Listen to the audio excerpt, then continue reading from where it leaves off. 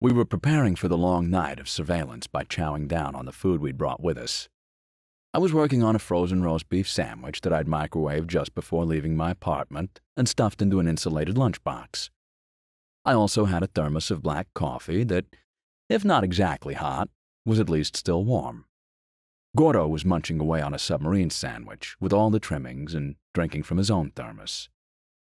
The trolls were holding odd-shaped wooden bowls with handles on their sides and using knives to pick chunks of raw meat from a vile-smelling cold stew of some sort. Pork or beef, I hoped, but I knew better than to ask. A troll's food is his own business. The partition was down, and Gordo looked back over his shoulder from the front seat. "Hey, Thunder, how's your leg?" Thunderclash swallowed a mouthful of bloody flesh. "It's good, not a problem." The bruiser took a drink from his thermos.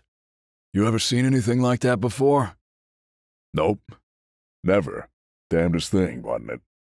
Thunderclash plucked another chunk from his bowl with his knife. Ironshield raised his bowl to his lips and slurped up some of the broth. He lowered the bowl and wiped a trickle of dark scarlet off his mouth with the back of his hand. The stocky troll looked over my head at Thunderclash, and his upper lip pulled back into a sneer. "You say it was a little fella?" Thunderclash nodded at him. "Yeah, the motherfucker couldn't have been more than 3 feet tall. And he knocked you down with a stick?"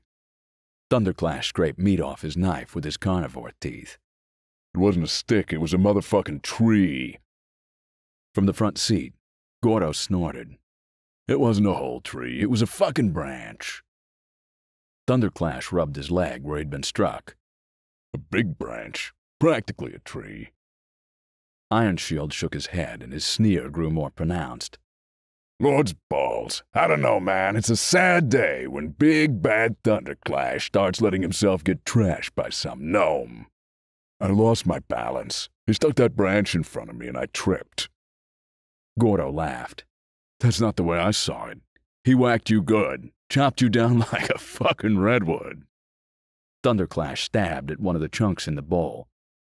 "Yeah, well, that wasn't no gnome, I'll tell you that." "No, it wasn't," Gordo agreed. "Its arms were huge. What do you think, Sutherland? Could it have been a dwarf?" I shook my head. My elemental said it wasn't, and I've never seen a dwarf that short. Gordo nodded. "And I've never seen one jump around like that." He turned back to Thunderclash. "Could you have torn a branch that size off a tree?" Thunderclash shrugged. "Sure, no problem. But I couldn't have jumped up, grabbed the branch, planted my feet on the side of the tree, and snapped off a branch that size, and then pushed off the tree trunk, flipped in the air, and landed on my feet. And I don't know anything that can." Stormclaw, who had been listening while keeping his eyes focused out the window of the car, spoke without turning his head. "I might have some ideas about that." We all looked at the driver. Gordo raised an eyebrow. "Enlighten us, old-timer."